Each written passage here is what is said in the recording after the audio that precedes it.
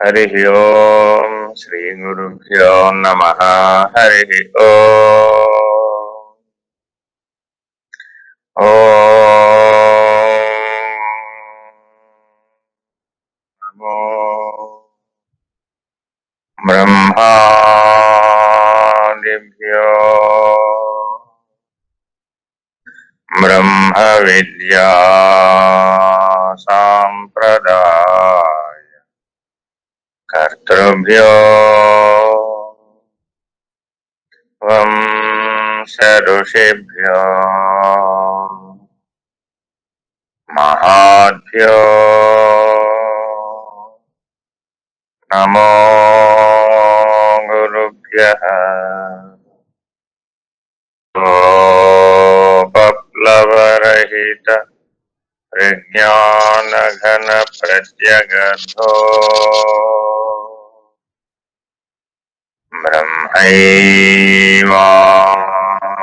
బ్రహ్మైవాహమస్మి. అహం పదార్థరహితః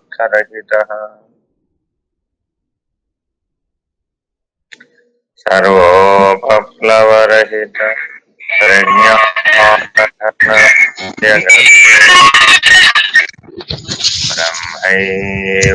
బ్రహ్మైవాహమస్మి. అహం పదార్థరహితః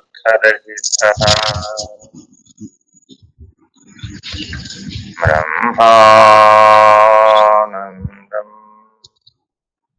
పరమసుఖదం కేవలం జ్ఞానమూర్తిం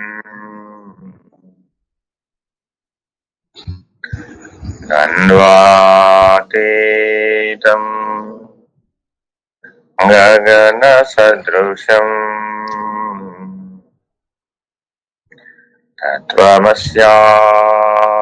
తత్వమస్యాదిలక్ష్యం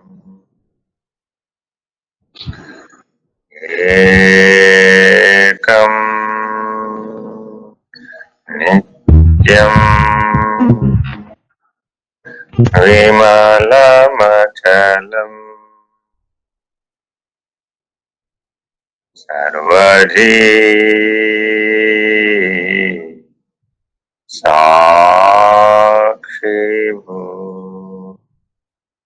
సాక్షిభూతం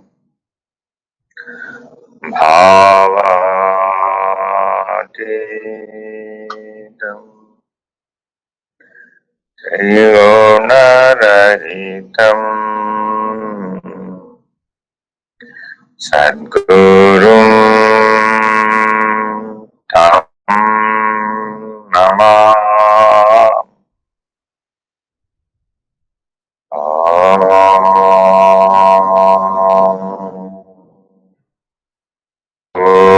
పూర్ణమదః పూర్ణమిదం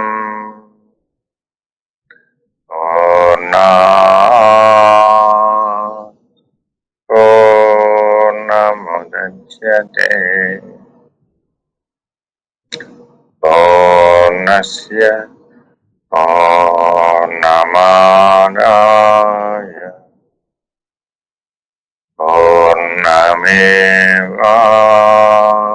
పూర్ణమేవావశిష్యతే. ఓం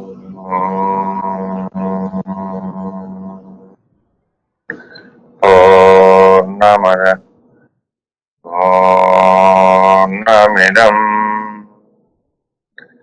పూర్ణాత్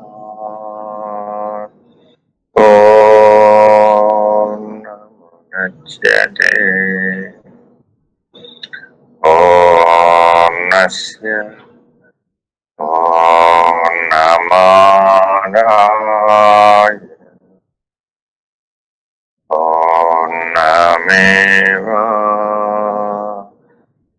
పూర్ణమేవావశిష్యతే.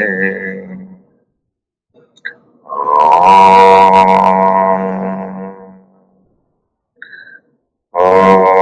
పూర్ణమదః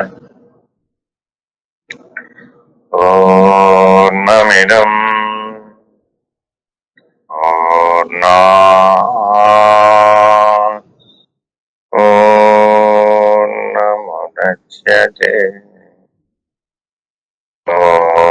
పూర్ణస్య పూర్ణమాదాయ పూర్ణమేవావశిష్యతే.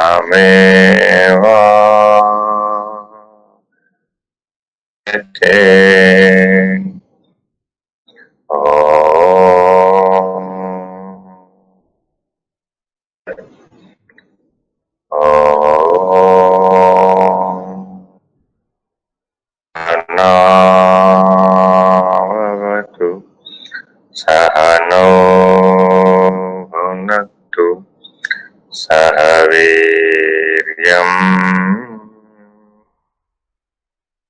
కరవావహై తేజస్వి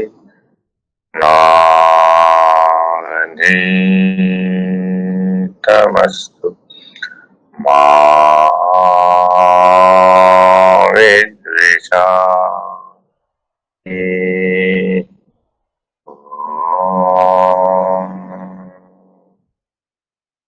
శాంతి శాంతి శాంతి. హరి ఓం. భ్యో నమః. హరి ఓం.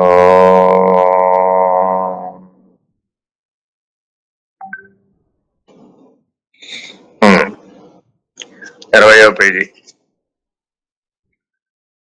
ఎవరి వాళ్ళు చదివేవారు? స్వామి నేను చదవనండి. చదవండి. ఎవరు? శ్రీ గురుభ్యో. వేదాధ్యయనం చేసిన వారు ఆత్మను గురించి ఈ విధముగా చెప్పబడినదని ఉపన్యసింతురు. అట్టి వారి ఉపన్యాసముల మూలముగా ఆత్మను పొందుటకు శక్యము కాదు. కొందరు శాస్త్రములను చదివి బాగుగా జ్ఞప్తి యందు ఉంచుకొనగలరు. అట్టి ధారణాశక్తి వలన కూడా ధారణాశక్తి వలన ధారణాశక్తి వలన కూడా ఆత్మను పొందుటకు శక్యము కాదు. అనేక శాస్త్రములను వినుట చేత గాని చదువుట చేత గాని ఆత్మ లభ్యము కాదు. నిష్కాముడై ఆత్మను మాత్రమే వరించునో ప్రార్థించునో అట్టి వారికి మాత్రమే ఆత్మ పొంద శక్యమగును. వారి హృదయమందు ఆత్మ ప్రకాశించును. తన స్వరూపం తెలియనట్లు చేయును.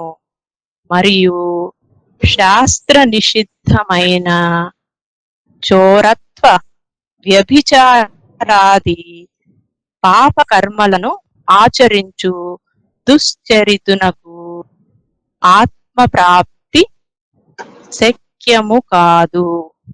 ఇంద్రియములను విషయాదుల నుండి మరలించిన వానికి, ఏకాగ్ర చిత్తం లేని వానికి, మనస్సు అనేక విషయముల యందు లగ్నమైన వానికిని ఈ ఆత్మను పొందుట సాధ్యము కాదు. ఒకవేళ ఏకాగ్ర చిత్తము కలిగినప్పటికీ ఇహ పరసుఖముల యందు ఆసక్తి గలవానికి కూడా ఆత్మ ప్రాప్తి కాదు.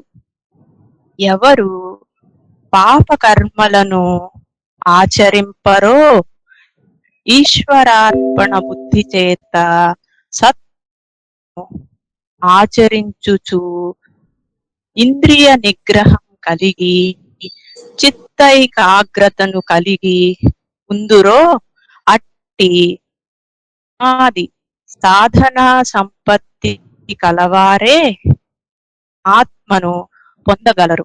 ఇతరులకు శక్యము కాదు. ఉమ్.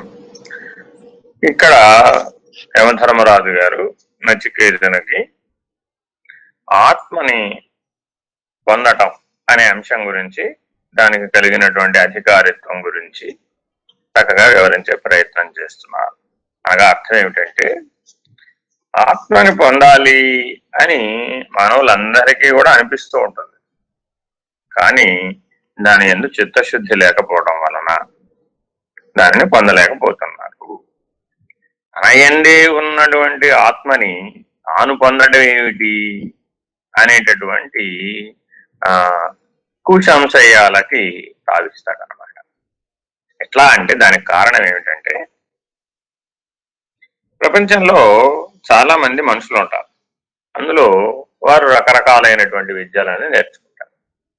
వ్యవహారిక విద్యలతో పాటు వేదాధ్యయనం కూడా చేసేటటువంటి మానవులు ఉన్నారు. వేదాధ్యయనం చేసినప్పుడు ఈ ఆత్మ విషయం కూడా బోధించబడుతుంది. అలా ఆ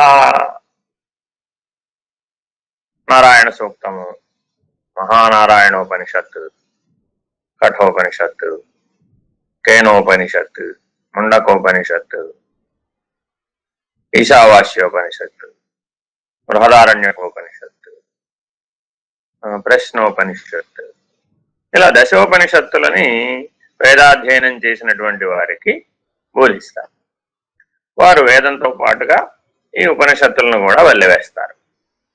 తద్వారా ఆత్మ యొక్క విషయ పరిజ్ఞానం అంతా కూడా మౌలికముగా, వాచ్యముగా వాళ్ళకి తెలుస్తుంది. అయితే దాని యొక్క లక్ష్యార్థమైనటువంటి, వాచికమైనటువంటి, యథార్థమైనటువంటి ఆత్మానుభూతి లేకపోవడం వలన ధారణాశక్తి చేత తాను ఏదైతే ఆత్మానుభూతికి సంబంధించినటువంటి వాక్య సముదాయం ఉంటుందో, ఆత్మ యొక్క లక్షణాలు ఏవైతే ఉంటాయో అవన్నీ కూడా పారంపర్య గురుపీఠములందు కూడా బోధించబడుతుంది. భారతదేశంలో కానీ ప్రపంచం మొత్తం మీద కానీ పారంపర్య గురుపీఠాలు చాలా ఉన్నాయి.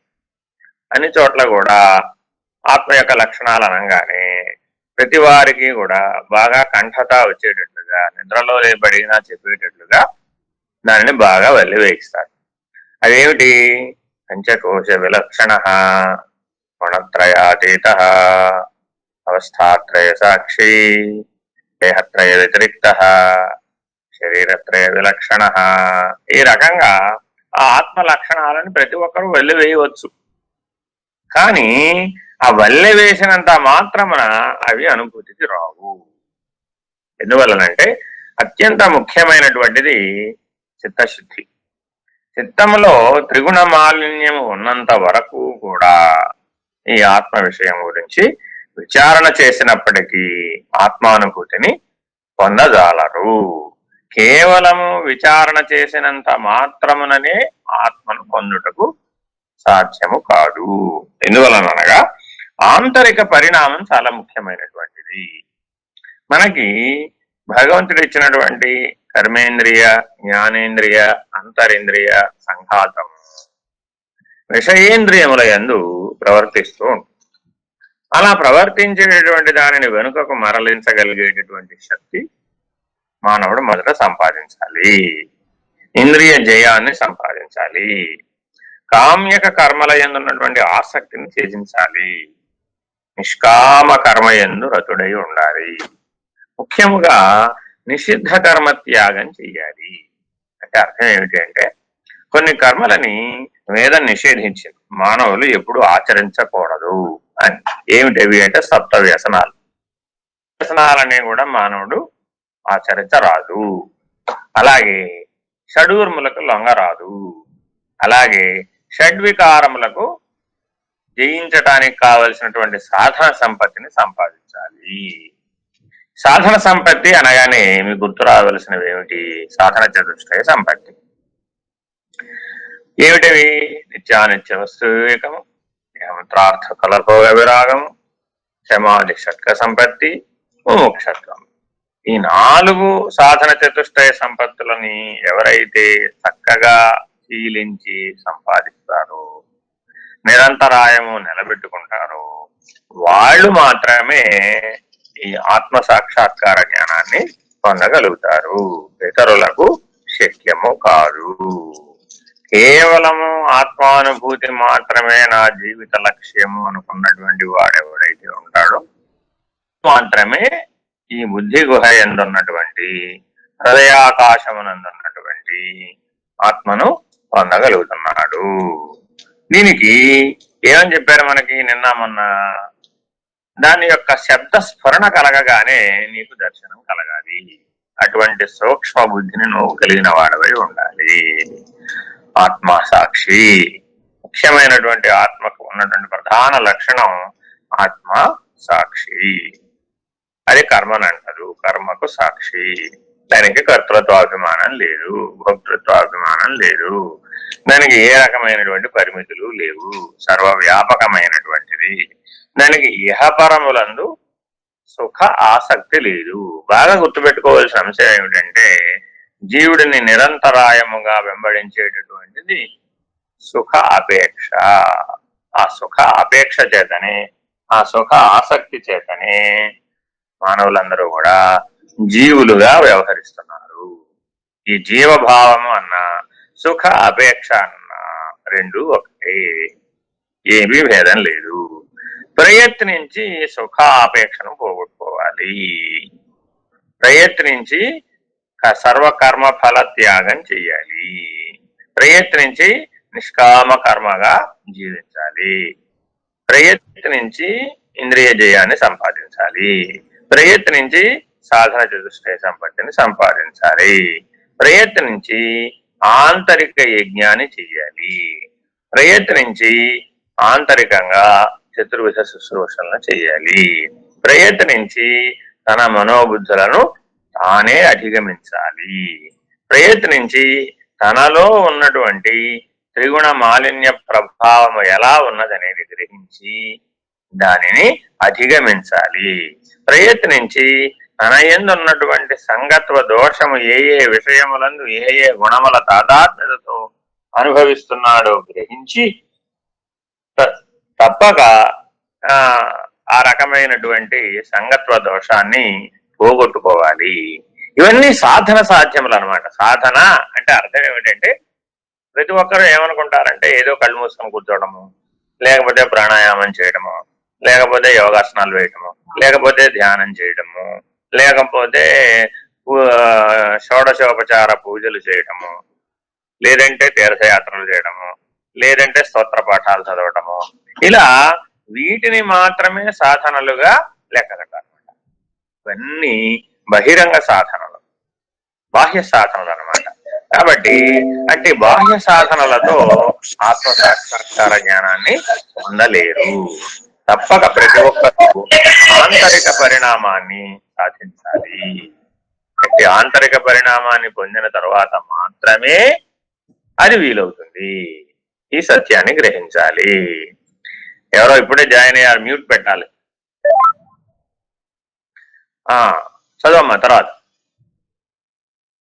ఈ ప్రపంచము విధాయక ధారకమను రెండు శక్తులతో కూడి ఉన్నది. బ్రహ్మ, నేను చదువుతా చూడు. ఈ ప్రపంచము విధాయక ధారకమను రెండు శక్తులతో కూడి ఉన్నది. బ్రహ్మ క్షత్రములనబడు ఈ రెండు శక్తులను ఆ ఆత్మకు అన్నమగుచున్నది. మరియు మృత్యువు అన్నములో నంజుకొను ఊరగాయ అగుచున్నది. అట్టి వానిని ఎవడు తెలుసుకొనగలడు? గలవారే గాని తెలుసుకొనలేరు. అర్థమైందండి. అలా అక్కడ ఆపాలి. పొలులు దీర్ఘాలు సరిగ్గా చదవాలి. శ్వాస భ్రూమధ్యం నుంచి సహస్రారానికి నడిచేటట్లుగా చదువుకోవాలి. అర్థమైందా? అలాగే. ఇక్కడ ఏం చెప్తున్నారు? ఈ ప్రపంచంలో రెండు శక్తులు ఉన్నాయి, బ్రాహ్మము, క్షాత్రము. భుజబలంతో, శారీరక బలంతో ప్రధానంగా ఉండేటటువంటి రాజస లక్షణంతో ఉండేటటువంటి క్షాత్రశక్తి, బౌద్ధిక శక్తితో ప్రధానంగా ఉండేటటువంటి బ్రాహ్మీ శక్తి. ఈ రెండు శక్తులు కూడా ఈ ఆత్మకు అన్నమవుతున్నది. అంటే ఈ రెండు శక్తులని ఆత్మ భుజించి వేస్తుంది. అన్నం అంటే అర్థం అది. ఈ రెండు బ్రాహ్మము క్షాత్రము, ఇదం బ్రాహ్మం ఇదం క్షాత్రం అంటారు అన్నమాట. పరశురామావతారంలో ఈ రెండు శక్తులు కూడా ఒకే అవతారంలో కూడుకొని ఉన్నాయి. ఇదం బ్రాహ్మం ఇదం క్షాత్రం. మిగిలిన అవతారములలో ఏదో ఒక శక్తి మాత్రమే ఉన్నదన్నమాట. మీ రెండు శక్తులు లేవు.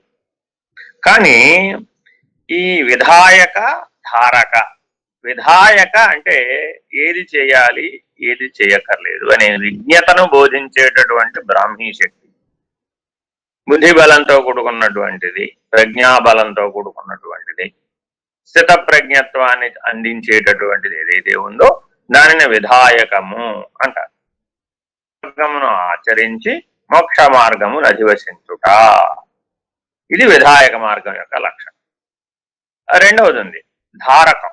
అంటే అర్థం ఏమిటంటే అది క్షాత్రం. అంటే వ్యవహార బలంతో, అర్ధకామ బలంతో పురుషార్థములను ధర్మ విహిత రీతిన అర్ధకామములను ప్రధానంగా ఆచరించటం, రాజ్య బలాన్ని, శారీరక బలాన్ని, బలాన్ని కర్తృత్వాభిమానంతో చేయడం అన్నమాట. అట్లా చేసినప్పుడు అది క్షాత్ర తేజం అవుతుంది. మరి రెండు తేజస్సులు మానవుని యందు ఎప్పుడూ కూడా ఆవిర్భవించి ఉన్నాయి. క్షాత్ర తేజము. నీకేదైనా వ్యావహారిక రీత్యా సమస్యలు వచ్చినప్పుడు నీలో క్షాత్ర తేజం ఉప్పొంగుతుంది, పోరాట పటిమ ఉప్పొంగుతుంది. విధిగా పోరాడతావు, అన్యాయాన్ని ఎదిరిస్తావు, నీలో క్షాత్ర తేజం పనిచేస్తుంది. అయితే తోటి ఆత్మ వస్తువును అందుకోలేడు. దానికి ఉదాహరణ విశ్వామిత్రుడు. ఆయన సమస్త భూమండలాధిపత్యాన్ని వహించినటువంటి చక్రవర్తిగా భూమండలాన్ని పరిపాలించినప్పటికీ పొందడానికి సమస్తాన్ని త్యాగం చేయవలసి వచ్చింది. కారణం ఏమిటంటే తాను చక్రవర్తిననే అభిమానం చేత, తాను దివ్యాస్త్ర సంపన్నుడై ఉండటం చేత, తాను సకల శాస్త్ర పారంగతుడనే అభిమానాన్ని పొంది ఉండటం చేత ఈ బ్రాహ్మ తేజం, బ్రాహ్మం అనేటటువంటి తేజము, ఈ క్షాత్రం అనేటటువంటి తేజము మృత్యుకాలంలో క్షమించిపోతున్నాయి, నశించిపోతున్నాయి. అప్పుడు ఇవి రెండు పనికి రావడం. కారణం ఏమిటంటే ఈ రెండు కూడా ఆత్మ తేజస్సు యొక్క స్వయం ప్రకాశ జ్ఞానమైనటువంటి ఆత్మ తేజస్సు యొక్క ప్రతిబింబ జ్ఞానములే గాని స్వయం విధాయకములు కావు, స్వయంగా ప్రకాశించగలిగేటటువంటి శక్తివంతములు కావు. ఈ రకంగా తనలో ఉన్నటువంటి బుద్ధి బలాన్ని, తనలో ఉన్నటువంటి దేహ బలాన్ని, తనలో ఉన్నటువంటి ఇంద్రియ బలాన్ని, తనలో ఉన్నటువంటి సాత్విక శక్తులను, తనలో ఉన్నటువంటి రాజసిక శక్తులను, తనలో ఉన్నటువంటి అహంకార అభిమానములను తానెట్లా త్యజించాలి, తానెట్లా పోగొట్టుకోవాలి అనేటటువంటి స్పష్టమైనటువంటి పరిజ్ఞానం కలిగి ఉండాలి. అట్లా ఉన్నవాళ్ళు మాత్రమే సాధన సంపత్తి కలిగినటువంటి వారు. సాధన సంపత్తి అంటే అర్థం ఇదేనమాట. కాబట్టి అంటే సాధన సంపత్తిని పొందాలి అంటే తప్పక నీవు ఈ రకమైనటువంటి స్థితిని పొందాలి. సాధన చతుష్టయ సంపత్తి లేకుండా ఇది సాధ్యం కాదు. కాబట్టి ప్రతి ఒక్కరూ కూడా సాధన చతుష్టయ సంపత్తిని ఎంత కష్టమైనప్పటికీ కూడా చతుర్విధ శుశ్రూషల ద్వారా తప్పక సంపాదించాలి. మానవుడన్న ప్రతి ఒక్కరూ కూడా ఈ విధిని పాటించాలి. ధ్యానిత్య వస్తు వివేకము, నిహామంత్రార్థ ఫలభోగ విరాగము, శమము దమము, ఉపరతి తితీక్ష, శ్రద్ధ సమాధానం అనేటటువంటి సమాధి షట్క సంపత్తి, ముముక్షత్వం. ఈ 4 సంపదలని పొందినటువంటి వాడికి ఆ సంపదలకు చోర భయం లేదు. జ్ఞానరత్నాపహారక అయినటువంటి అరిషడ్వర్గముల నుంచి అతను అధిగమించిన వాడవుతాడు.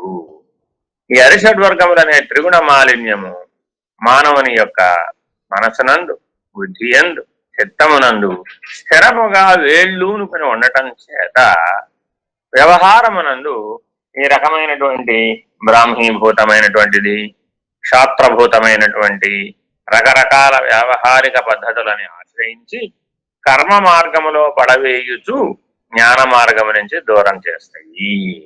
కాబట్టి ప్రతి ఒక్కరూ కేవల జ్ఞాన పద్ధతిని ఆశ్రయించినప్పుడు మాత్రమే ఈ ఆత్మానుభూతిని, ఈ బ్రహ్మానుభూతిని, బ్రహ్మనిష్టను, పరబ్రహ్మ నిర్ణయాన్ని పొందగలుగుతారు.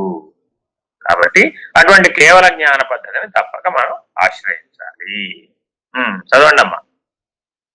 సృష్టి స్థితి లయములు ఏ ఆత్మయందు జరుగుచున్నవో అట్టి ఆత్మ కూపస్థ మాండూకము ఇతర ప్రపంచమును ఎరుగనట్లు ప్రాకృత బుద్ధి గల అజ్ఞానులు ఆత్మను ఎరుగజాలరు. సాధన సంపత్తి కల బ్రహ్మ జ్ఞానులే ఆత్మను పొందగలరు. ఇక్కడ ఒక ఉపమానం చెప్తున్నారు. ఈ ఉపమానంలో ఏం చెప్తున్నారు? కూపస్థ మండూకం అంటే బావిలో కప్ప. ఇది అందరికీ తెలిసిందే. బావిలో కప్పగారు ఉన్నారట. సముద్రం అంటే ఇంతే అనుకుందట. ఎందుకని? అది ఎప్పుడు కూడా కప్ప ఆ బావి నుంచి బయటికి రాలేదు కాబట్టి. అది ఎప్పుడు చెరువులు, నదులు, సముద్రము వంటి అపారమైనటువంటి నీటి వనరులని అనుభూతం చెందలేదు కాబట్టి ఆ బావినే సముద్రంగా భావిస్తూ ఉన్నది. బావి అంటే సముద్రమే. తెలిసిన వాళ్ళకి మాత్రమే అది బావి, గాని ఆ కప్పగారికి మాత్రం అది సముద్రమే.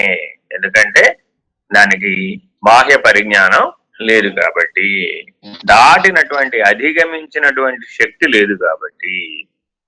అందువల్ల సృష్టి స్థితి లయములు అనేటటువంటివి మూడు కూడా ఆత్మ లోపల జరుగుతున్నాయి.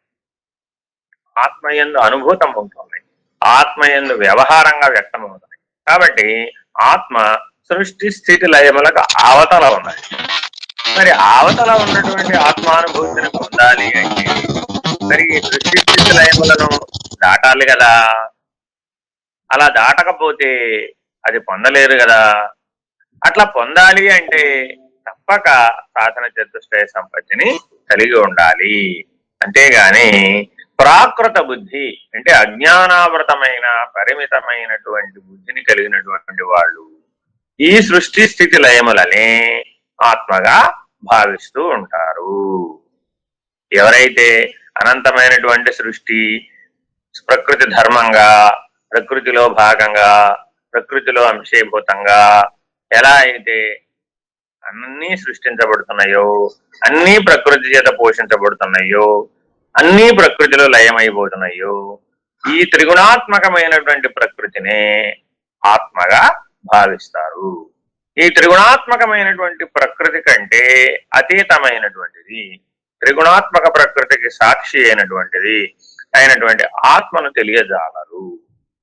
ఈ ప్రకృతినే దైవంగా, ఈ ప్రకృతినే దివ్యత్వంగా, ఈ ప్రకృతినే ఆత్మతత్వంగా, ప్రకృతే సర్వాధారంగా భావించి పరమాత్మను తెలియజాలరు. ఈ సత్యాన్ని మనం గుర్తించాలి. కాబట్టి ఆత్మానుభూతిని పొందాలన్నా, బ్రహ్మనిష్టను పొందాలన్నా, పరబ్రహ్మ నిర్ణయాన్ని పొందాలన్నా ప్రతి ఒక్కరూ తప్పక త్రిగుణాత్మకమైనటువంటి ప్రకృతిని అధిగమించవలసినటువంటి అవసరం ఉన్నది. ఈ సత్యాన్ని పునః పునః పునః మనలో బలంగా నాటుకోవడానికి చెప్తూ ఉన్నారు. ద్వితీయ వల్లి సమాప్తం. తృతీయ వల్లి ప్రారంభిద్దామా? అలానే స్వామి. చదవండి. తృతీయ వల్లి ప్రారంభము. యమధర్మరాజు జీవాత్మ పరమాత్మల గురించి పరమాత్మను పొందు విధానం నచికేతునకు స్పష్టముగా వివరించుచున్నాడు. నచికేత, స్వయం కృతమగు కర్మఫలం అనుభవించు నిమిత్తము జీవాత్మ పరమాత్మలు ఈ శరీరములో శ్రేష్టమైనటువంటి బ్రహ్మకు స్థానముగానున్నటువంటి బుద్ధి గుహయందు ప్రవేశించుచున్నారు. ఈ విధముగా ప్రవేశించిన వీరిద్దరూ నీడ ఎండల వలె పరస్పర విరుద్ధ లక్షణములు కలవాడుగా ఉన్నారని బ్రహ్మవేత్తలు చెప్పుచున్నారు.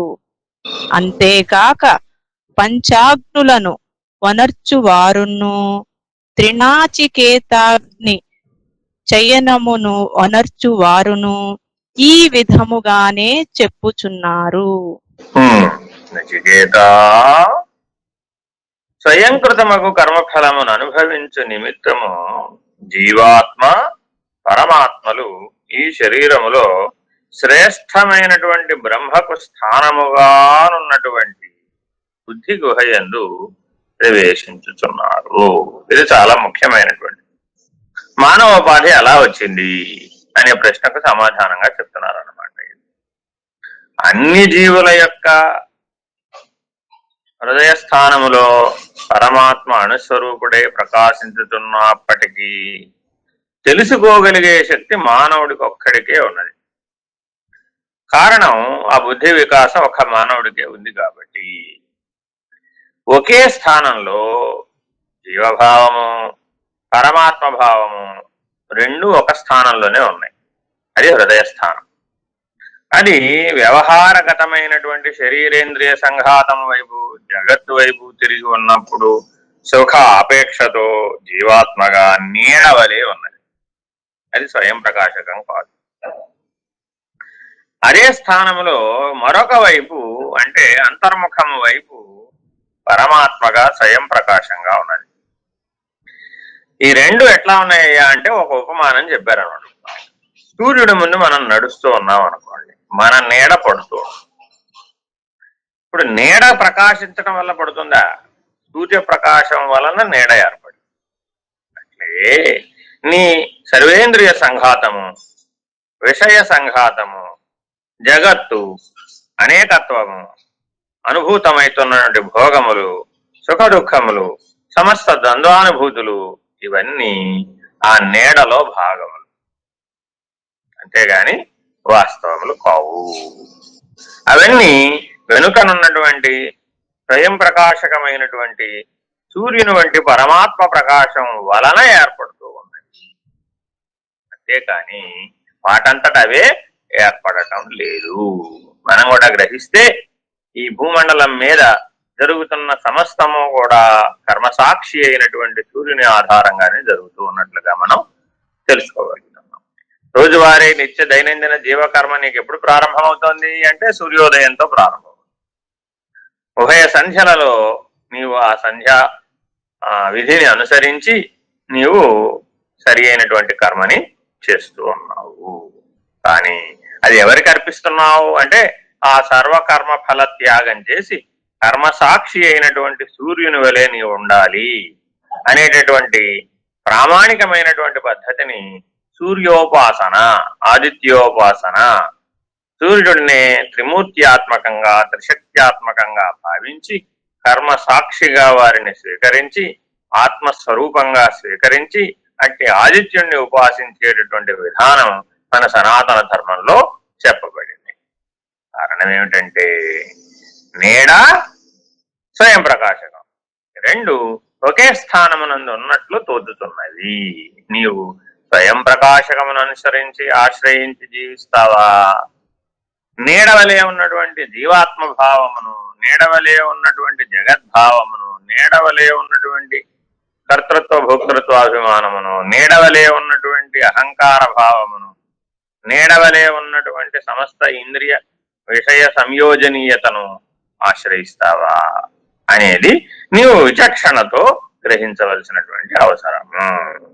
కాబట్టి విచారణ ఎందుకు చేయాలి అంటే వివేకం కొరకు చేయాలి. ఆ వివేకం ఎవరికైతే స్థిరమవుతుందో, ఈ వివేకంలో ఎవరైతే స్థిరపడతారో వాళ్ళు మాత్రమే ఈ ఆత్మ సాక్షాత్కార జ్ఞానాన్ని, స్వస్వరూప జ్ఞాన అనుసంధానాన్ని, స్వయం ప్రకాశకత్వాన్ని, సర్వ విలక్షణత్వాన్ని, సర్వసాక్షిత్వాన్ని పొందగలుగుతారు. ఇది నీ హృదయ స్థానంలోనే సాధ్యమవుతుంది. కాబట్టి తీర్థ ఆరామ క్షేత్రాదులను దర్శించటం అనేది సంస్కారయుతమైనటువంటి వాటిలో భాగము. నిజానికి నువ్వు పొందగలిగితే నీ ఆత్మస్వరూపాన్ని నీ హృదయ స్థానంలోనే, నీ హృదయాకాశంలోనే, నీ బుద్ధి గుహలోనే, నీ అంతర్ముఖంలోనే నువ్వు పొందగలుగుతావు. అలా పొందగలిగిన వాడు రోజు జ్యోతిష్ఠోమాది కర్మలను ఆచరించేవారు, అలాగే పంచాగ్నులను అనర్చేటటువంటి వాళ్ళు, అలాగే త్రినాచికేతాగ్ని నచికేతాగ్నిని రోజుకు 3 సార్లు చేయనమనర్చేటటువంటి వారు ఎటువంటి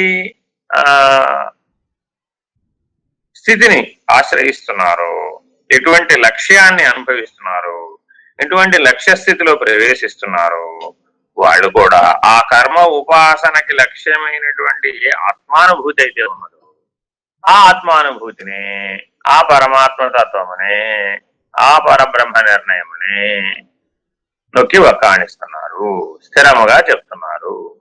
కాబట్టి మానవులందరూ ఒకవేళ వేదాధ్యయన పరులైతేనేమో అలా అగ్ని సంచయనము ద్వారా వాళ్ళు ఆత్మతత్వంలోకి ప్రవేశిస్తారు. ఆ వేదాధ్యయన పరులు కాని వారు తమ చిత్త శుద్ధితో బుద్ధి గుహ యందున్న, హృదయ స్థానమునందున్న స్వస్వరూప జ్ఞానమైన, స్వయం ప్రకాశకమైన నేనుని పొందే ప్రయత్నం చేయాలి. అంతేగాని నీడవలే ఉన్నటువంటి జీవాత్మని ఆశ్రయించరాదు అని చెప్తున్నారు. చదువు. జీవాత్మ పరమాత్మలిరువురు కర్మఫలం అనుభవించుటకు శరీరములో ప్రవేశించినటులా చెప్పబడినది. జీవాత్మ మాత్రమే కర్మఫలమును అనుభవించును. శరీరస్థోపి కౌంతేయ న కరోతి న లిప్యతే అని భగవద్గీతలో కూడా చెప్పినటులా పరమాత్మ కర్మలను వనర్చుటలేదు, వారి ఫలము అనుభవించుటలేదు. అయినప్పటికీ ఛత్రి న్యాయమున వారిద్దరూ అనుభవించుచున్నటులా చెప్పబడినది. ఇక్కడ మనకందరికీ రావాల్సిన సందేహం గురించి వ్యక్తీకరిస్తున్నారు. అంటే అర్థం ఏమిటంటే, ఏమండి పరమాత్మ సమస్త జీవులందరి హృదయాంతరాళములలో ఉన్నాడన్నప్పుడు, అదే స్థానంలో జీవాత్మ కూడా ఉన్నాడన్నప్పుడు, మరి కర్మానుభవం జీవాత్మకి పరమాత్మకి కూడా ఉండాలి కదా అనేటటువంటి సందేహం మీకు రావచ్చు. కానీ పరమాత్మ సమిష్టి స్వరూపుడు, జీవాత్మ వ్యష్టి స్వరూపుడు.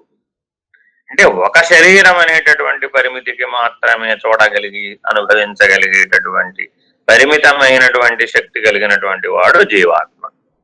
సర్వవ్యాపకమైనటువంటి సృష్టి అందంతటా వ్యాపించి ఉండి ఏకకాలములో సాక్షిగా ఉన్నటువంటి వాడు పరమాత్మ. పరమాత్మ స్థితి యందు ఏకకాలములో సర్వసాక్షిత్వము ఉన్నది, సర్వకర్తృత్వము ఉన్నది, సర్వభోక్తృత్వము ఉన్నది, సర్వహర్తగా కూడా ఉన్నాడు. కాబట్టి పరమాత్మ కర్మఫలాన్ని అనుభవిస్తున్నాడు అని చెప్పజాలము. కానీ జీవాత్మ ప్రారబ్ధ, ఆగామి, సంచిత కర్మములు అనేటటువంటి త్రివిధ కర్మల చేత కర్మచక్రములో తిరుగుతూ ఉంటాడు. వాని యొక్క సృష్టి స్థితి లయములు శరీరాన్ని పొందడం అనేది ఈ కర్మఫలానుసారము కర్మచక్రాన్ని అనుసరించి జరుగుతూ ఉంటుంది. కానీ పరమాత్మ సంకల్ప సృష్టిగా సర్వ సృష్టిని సృజించగలిగే సామర్థ్యము కలిగిన వాడవుట చేత సర్వకర్త, సర్వభర్త, సర్వహర్త, సర్వభోక్త అయినటువంటి పరమాత్మ సర్వసాక్షి కూడా అయి ఉన్నాడు. కావున అతనికి కర్మఫలము లేదు. దీనినే భగవద్గీతలో న కరోతి న లిప్యతే, శరీరములో ఉన్నప్పటికీ శరీరస్థోపి శరీరమునందు ఉన్నప్పటికీ ఆత్మ నా కరోతి నా లిప్యతే, పని చేయదు, ఏమీ పొందదు. ఏకకాలంలో నీలో ఉన్నటువంటి సత్య నేను, ఏదైతే యథార్థ నేను ఉన్నదో అది ఏమీ చేయుటలేదు. అదేమిటండి? ఇప్పుడు మీరు మాట్లాడుతున్నట్టు కనబడుతున్నారు కదా అంటే నా యథార్థ నేను మాట్లాడటం లేదు, నా చైతన్య నేను మాట్లాడటం లేదు, నా ఆత్మ నేను మాట్లాడటం లేదు. కాబట్టి వ్యావహారిక నేను వేరుగా ఉన్నది, యథార్థ నేను వేరుగా ఉన్నది. వ్యావహారిక నేనుకే జీవాత్మ అని పేరు. ఏ నేనైతే చెల్లించకుండా స్థిరముగా ఉన్నదో, పరిణామము లేక ఉన్నదో దానికి ఆత్మ అని పేరు. ఈ రెండింటి యొక్క యథార్థ స్వరూప స్వభావ స్థితులను మనిషి సాధన పూర్వకంగా అర్థం చేసుకోవాలి. నీ లోపలికి నిన్ను నువ్వు అన్వేషించుకుంటూ పోవడం ద్వారా, నిన్ను నువ్వు తెలుసుకోవడం ద్వారా, తనను తాను గుర్తెరగడం ద్వారా, సెల్ఫ్ రియలైజేషన్ ద్వారా, ఆత్మానుభూతి ద్వారా కదలని దాగలి మీద అనేక పనిముట్లు తయారైనట్లుగా తయారవుతుంది ఈ ప్రపంచమంతా. ఇది కూటస్థం అంటే. ఒక కమ్మరి వాడి దగ్గరికి వెళ్ళినప్పుడు ఎలా ఉందట, అక్కడ ఒక పెద్ద దాగలి ఉంటుంది. దాగలి అంటే ఆధారంగా పెట్టినటువంటి ఒక ఇనప ముద్ద. దాని మీద అనేక వస్తువులు తయారవుతూ ఉంటాయి, కానీ దాగలిలో ఏ మార్పు ఉండదు, దాగలిలో ఏ పరిణామము ఉండదు, దాగలిలో ఏ రకమైనటువంటి సంపర్కము ఉండదు. అది ఎప్పుడు విలక్షణమే. కూటస్థుడు సర్వసృష్టి యందు అనేక పరిణామములు జరుగుతున్నట్లు కనపడినప్పటికీ సర్వ వ్యాపకుడై, సర్వ విలక్షణుడై, సర్వసాక్షి అయి ఉన్నందువలన తానెట్టి పరిణామమును పొందట లేదు. అంటే కూటస్థ ప్రతిబింబమైనటువంటి జ్ఞాత పిండాండమునందు, స్వయం కూటస్థ స్వరూపమైనటువంటి జ్ఞాత పిండాండమునందు అదే లక్షణములతో సర్వ విలక్షణముగా, సర్వసాక్షిగా ఉన్నందువలన నేను అనున్నది ఎట్టి పరిణామమును పొందుట లేదు, ఎట్టి కర్మలను చేయడం లేదు. కానీ ఈ జ్ఞాత, ఆ కూటస్థుడు, పిండాండ సాక్షి అయినటువంటి జ్ఞాత, బ్రహ్మాండ సాక్షి అయినటువంటి కూటస్థుడు, ఇరువురు లక్షణ రీత్యా సములు. కాబట్టి అలా గుర్తెరిగినటువంటి వాళ్ళు ఎవరైతే ఉంటారో వాళ్ళు బ్రహ్మజ్ఞానులు, వాళ్ళు బ్రహ్మనిష్ఠులు, వాళ్ళు బ్రహ్మానుసంధాన పరులు, వాళ్ళు బ్రహ్మవిధులు. వాళ్ళు ఆ రకముగా సమస్తమైనటువంటి సృష్టిని కూడా తాను బ్రహ్మమే అనే రీతిగా చూచేటటువంటి వారు. ఈ రకముగా ఆత్మను, బ్రహ్మమును ప్రతిపాదిస్తూ ముందుకు తీసుకెళ్తున్నారు. చదవండి. ఉదాహరణకు కొందరు ఊరేగింపుగా వెళ్ళుచున్నారు. అందులో కొందరు గొడుగులు వేసుకొన్న వారును, కొందరు వేసుకొనని వారును ఉన్నారు. అయినప్పటికీ గొడుగులు లేని వారును కూడా కలిపి గొడుగుల ఊరేగింపు వెళ్ళుచున్నది అని చెప్పుచున్నాము. అటులనే కర్మ ఫలమును అనుభవించున్నది జీవాత్మయే అయినప్పటికీ సర్వవ్యాపకుడైన పరమాత్మ అంతటా నిండియున్నప్పటికీ పరమాత్మను పొందుటకు శ్రేష్టమైన స్థానము ఈ శరీరములోని హృదయాకాశము అనబడు బుద్ధి గుహయని చెప్పబడినది. దీనినే క్షత్రి న్యాయం అంటారు. ఈ క్షత్రి న్యాయాన్ని ఉపమానంగా ఇక్కడ ఇచ్చారనమాట. అంటే అర్థం ఏమిటి?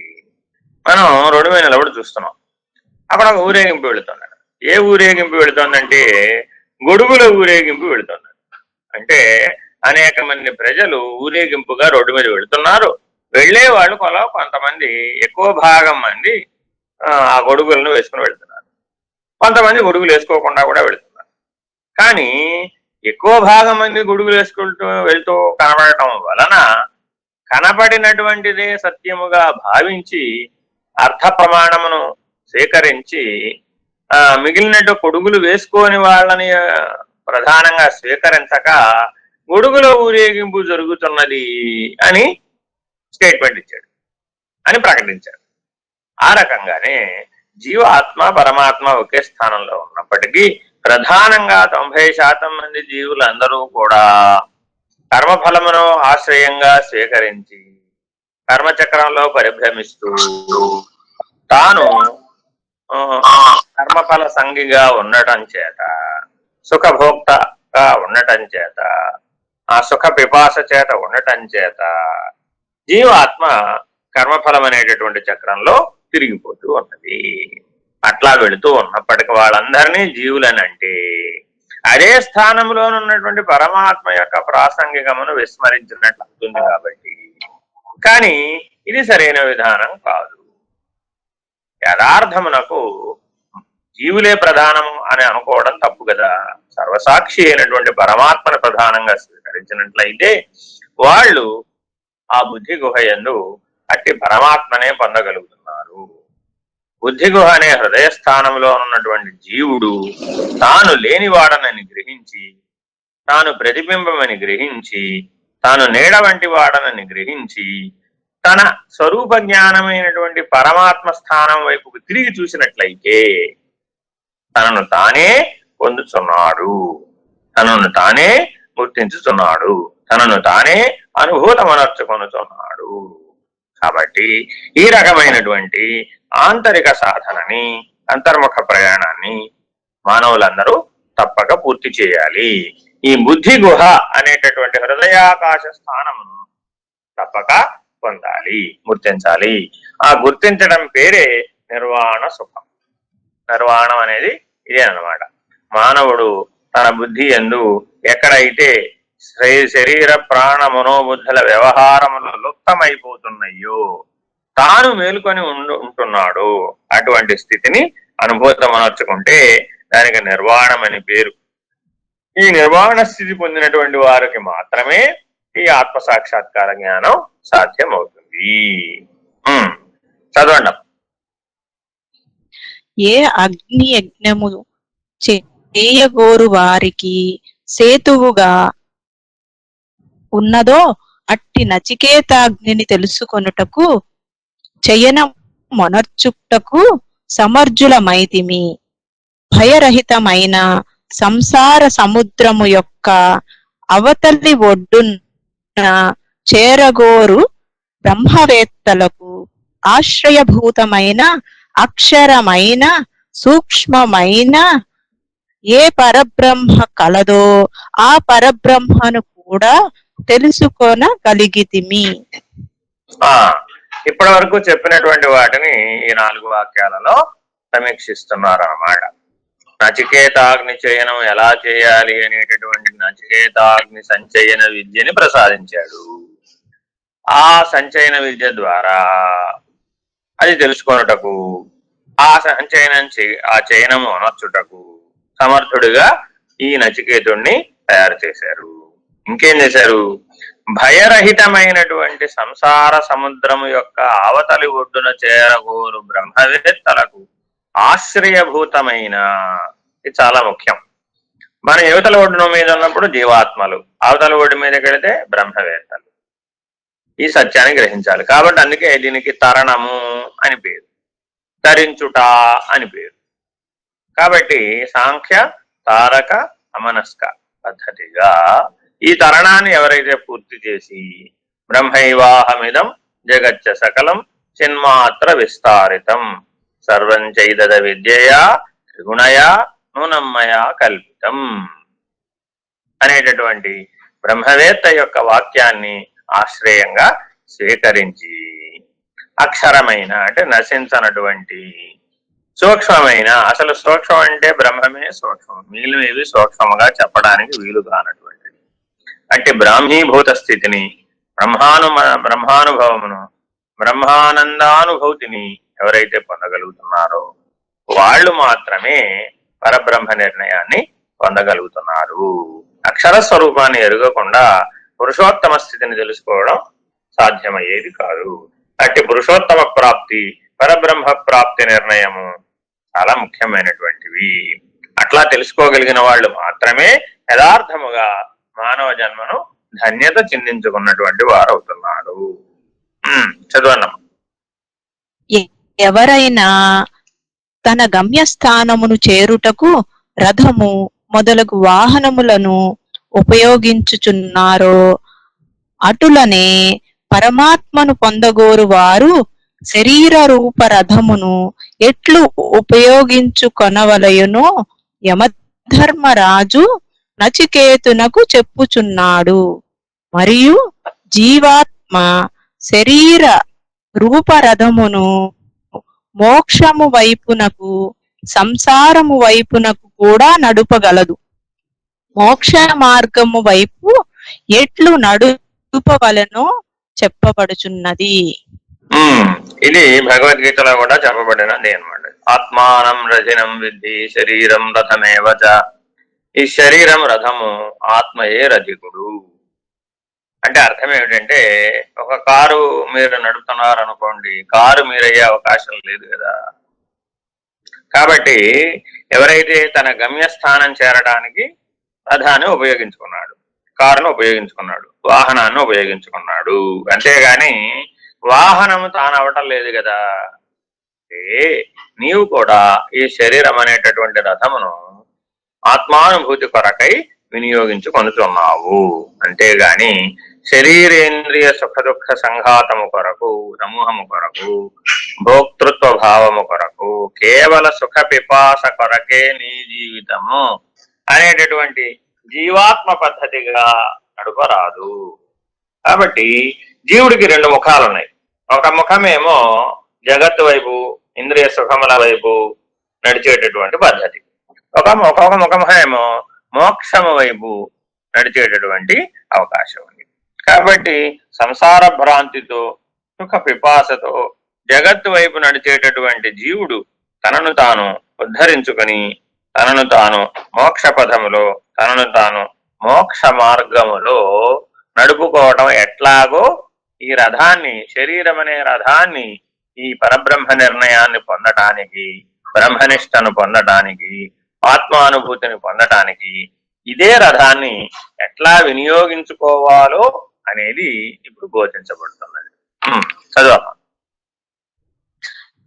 ఈ శరీరమే రథము, రథమునధిష్ఠించిన ప్రయాణీకుడు జీవుడు, నిశ్చయాత్మకమైన బుద్ధి సారథి, సంకల్ప వికల్పాత్మకమైన మనస్సు పగ్గములు,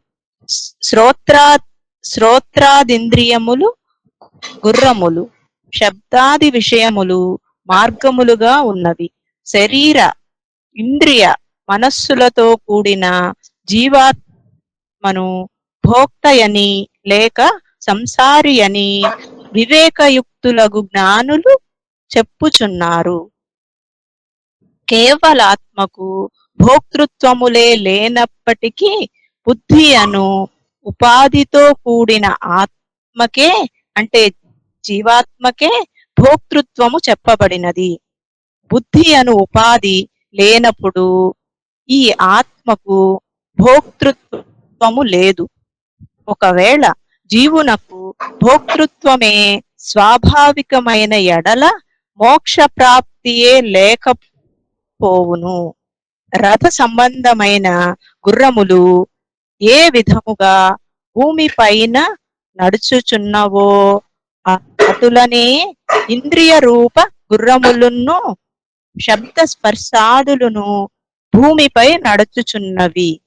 రథము పోవుటకు గమ్యస్థానముగా ఒక గ్రామము, పట్టణము ఉన్నట్లుగా శరీర రూప రథమునకు గమ్యస్థానము ఇంద్రియాది రహిత శుద్ధాత్మయై ఉన్నది.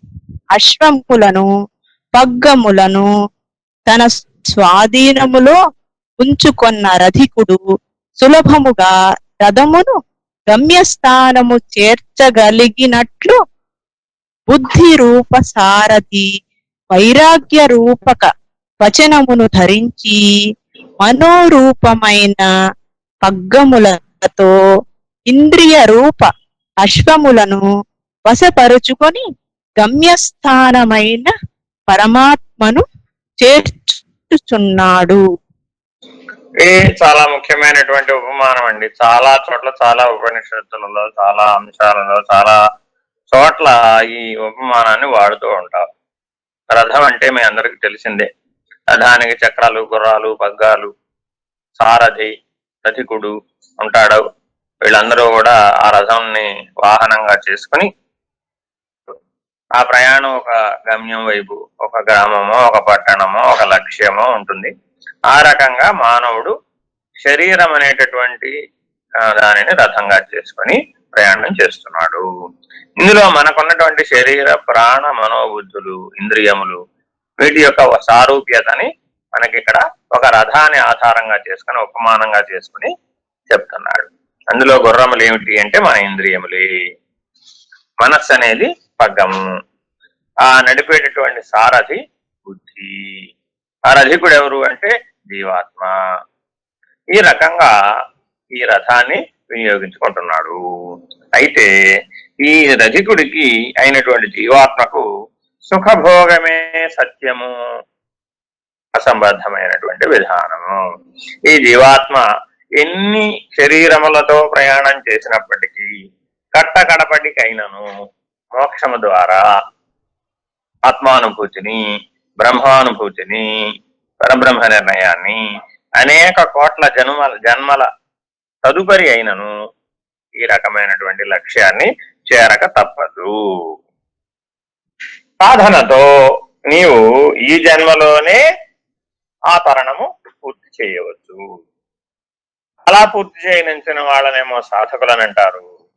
అలా పూర్తి చేయనంచక జన్మల పరంపరలో అది ఎప్పటికో పూర్తవుతుంది కదా అని కోట్ల జన్మల తర్వాత అదే పూర్తవుతుందిలే అని ఉపేక్షించేటటువంటి జీవుని వలె భోక్తృత్వ భావముతో, సుఖ పిపాసతో జీవించేటటువంటి వారందరూ సామాన్య జనులు.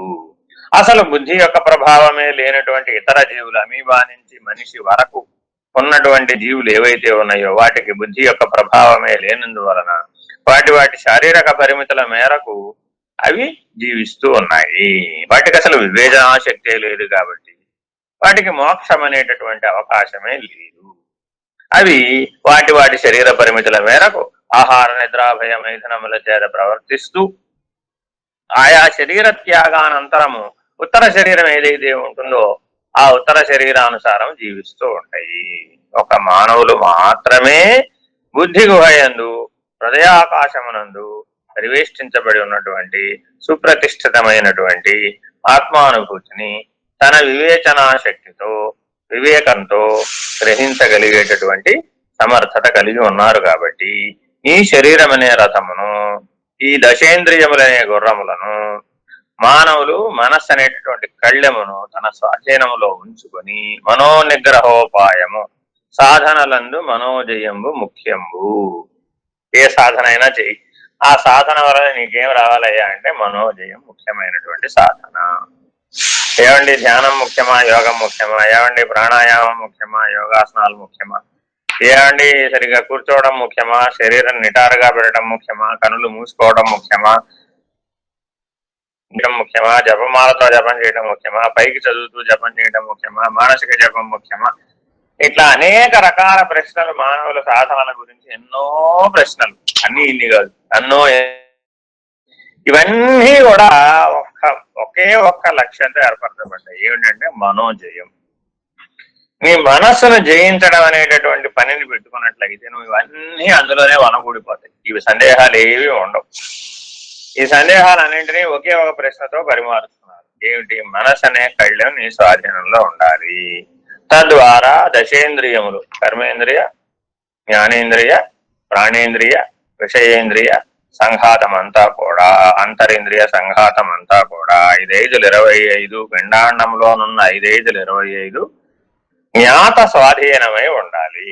జ్ఞాత యొక్క ప్రభావం చేతనే మిగిలిన 24 పనిచేస్తున్నాయి. కాబట్టి జ్ఞాతే సత్యస్వరూపుడు, జ్ఞాతే నిత్యస్వరూపుడు, యథార్థ నేను తెలుసుకునేవాడను, అన్యము లేదు అనేటటువంటి సరైనటువంటి నిశ్చయాన్ని, నిర్ణయాన్ని పొందేటట్లుగా తన గమ్యస్థానమైనటువంటి పరమాత్మ కూటస్థ స్థితికి చేర్చడానికి ఈ రథాన్ని ఉపయోగించుకోవాలి అనేది సుస్పష్టంగా రథమును ఉపమానంగా పెట్టి మన శరీరంలో ఉన్నటువంటి ఇంద్రియాలని, ప్రాణాన్ని, మనస్సుని బుద్ధిని ఉపమానంగా చెప్పి ఇక్కడ ఈ రథము శరీరము రథము ఆత్మరధికుడు అనేటటువంటి పద్ధతిని స్థిరమైనటువంటి నిర్ణయ పద్ధతిగా బోధిస్తూ ఉన్నారు. చదవమ్మా. గుర్రపు కళ్ళెములను దృఢముగా చేతిలో నుంచుకొన జాలని సారథి రథమును సరిగ్గా గమ్యస్థానమును చేర్చజాలడు. రథమును మెట్ట పల్లములలో పోనిచ్చి కష్టముల పాలగును. అటులనే మనస్సును స్వాధీనములో ఉంచుకొనని వాని ఇంద్రియములు విషయముల యందు చిక్కుబడి సుఖ దుఃఖములను అనుభవించుచు జనన మరణ రూప సంసారమున మునిగి తేలుచుండును. ఇంద్రియాతీతమైన బ్రహ్మను పొందచాలరు. ఇది చాలా ముఖ్యమైనటువంటిది. మనోజయం ఎందుకు ముఖ్యమో మరలా స్పష్టముగా చెప్తున్నారు అన్నమాట. ఎవరికైతే మనసు స్వాధీనంలో ఉండదో వారి మనసు పరిపరి విధములుగా పోతూ ఉంటుంది. కాసేపు ఫలానావి చూద్దామని, కాసేపు ఫలానావి తిందామని, కాసేపు ఫలానావి విందామని, కాసేపు ఫలానా వాటిని ముట్టుకుంటానని, ఫలానా వాటిని ఆఘ్రాణిస్తానని, ఈ రకంగా శబ్దస్పర్శ రూప రసగంధాది విషయములు యందు ఇంద్రియములను పోనిస్తూ మిట్ట పల్లములలో రథం పోతూ ఉందనుకోండి, ఎట్లా పైకి కిందకి లేచి పడుతూ ఉంటాడు రసికుడు, ఏ రకంగా ఒత్తిడిలోకి లోనవుతూ ఉంటాడు, ఏ రకంగా ఎగిరెగిరి పడుతూ ఉంటాడో, ప్రయాణం సరిగ్గా సాగదో, ఆ రకంగా ఇంద్రియములన్నీ కూడా వాటి యొక్క విషయార్థములందు ప్రవేశించి సుఖ దుఃఖానుభవమును పొందేటప్పుడు ఈ మిట్ట పల్లాలలో రథం వెళుతున్నప్పుడు ఎట్టయితే ఎగిరెగిరి పడుతూ ఉంటాడు, ఆ రకంగా మానవుడు ఎగిరెగిరి పడుతూ ఉంటాడు. కారణం ఏమిటంటే పగ్గములను స్వాధీనంలో ఉంచుకొనలేదు కాబట్టి, రథం దాని ఇష్టం వచ్చినట్టు పోతుంది కాబట్టి, సరి అయిన మార్గంలో పోవడం లేదు కాబట్టి, సరి అయిన లక్ష్యం దిశగా పోవడం లేదు కాబట్టి, సరి అయినటువంటి ప్రతిభా పాఠములతో రథమును నడపడం లేదు కాబట్టి తద్వారా జనన మరణ రూప సంసారము నుండి చిక్కుకుంటున్నాడు. ఆ రకంగా అసంతృప్తి సంతృప్తి అనేటటువంటి మూటలను ప్రతినిత్యము తయారు చేసుకుని నిరంతరాయముగా అవస్థాత్రయములో ఆ రకమైనటువంటి వాటిని అనుభవిస్తూ, అవస్థాత్రయము, గుణత్రయము, శరీరత్రయము, దేహత్రయము, ఇటువంటి మూడుగా ఉన్నటువంటి అనేక త్రిపుటులందు చరిస్తూ ఆ త్రిపుటులే సత్యం అనుకుని ఆ త్రిపుటుల యందున్న భేద బుద్ధిని పొందుతూ ఆ భేద బుద్ధి అనేటటువంటి జీవాత్మ ప్రభావమున పొందుతూ జనన మరణ సంసార రూపమున పరిభ్రమిస్తూ ఉన్నాడు. ఇటువంటి వాడు సరిగా ఆ మనసు అనేటటువంటి కళ్ళెమును చేతిలో ఉంచుకోనకపోవడం వలన ఇలా అయ్యాడు. ఎవరైతే ఈ మనోజయాన్ని సాధించి పరమాత్మ పద్ధతిగా లక్ష్యస్థానమునకు సరిగ్గా రథమును నడుపుతారో వాళ్ళు మాత్రమే చేర్చగలుగుతారు. చదవమ్మా.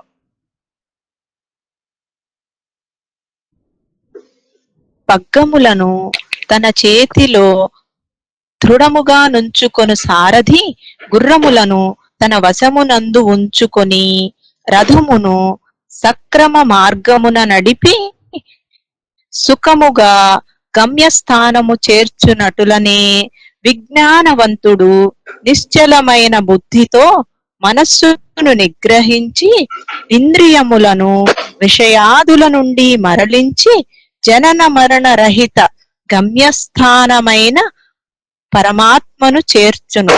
అతనికి పునర్జన్మ లేదు. ఇది ఒక ఆశీర్వచన వాక్యం.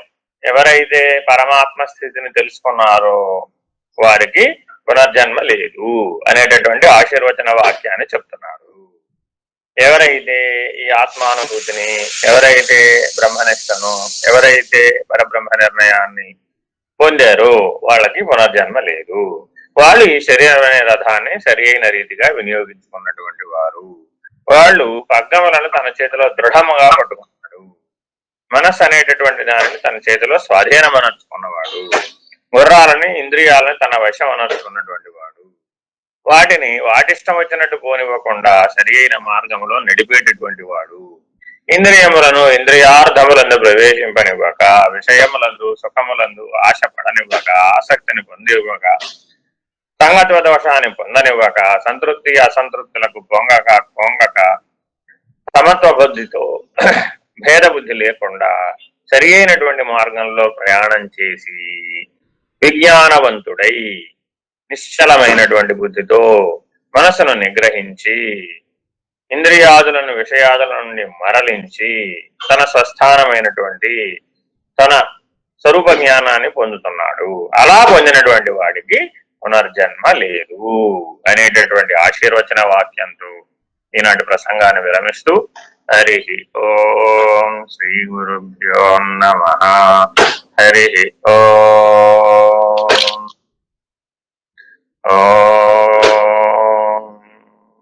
పూర్ణమద పూర్ణమిదం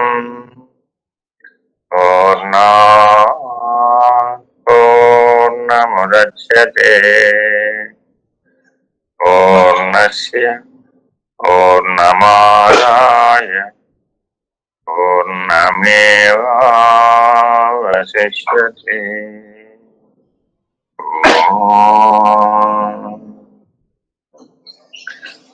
పూర్ణమద పూర్ణమిదం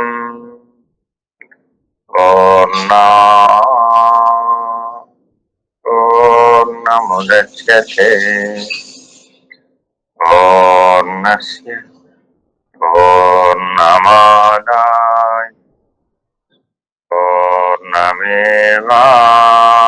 పూర్ణమేవావశిష్యతే.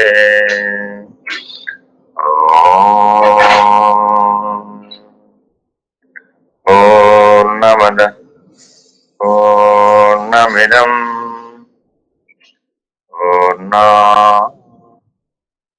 పూర్ణముదచ్యతే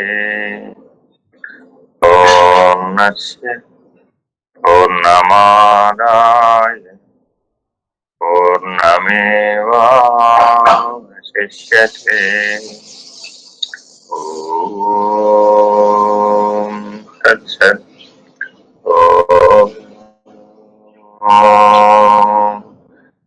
సహనో భవతు సహనో భునక్తు సహ వీర్యం కరవావహై తేజస్వి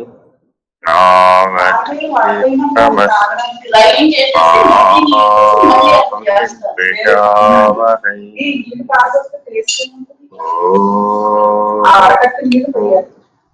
శాంతి శాంతి శాంతి. హరి ఓం. శ్రీ గురుభ్యో నమః. హరి ఓం.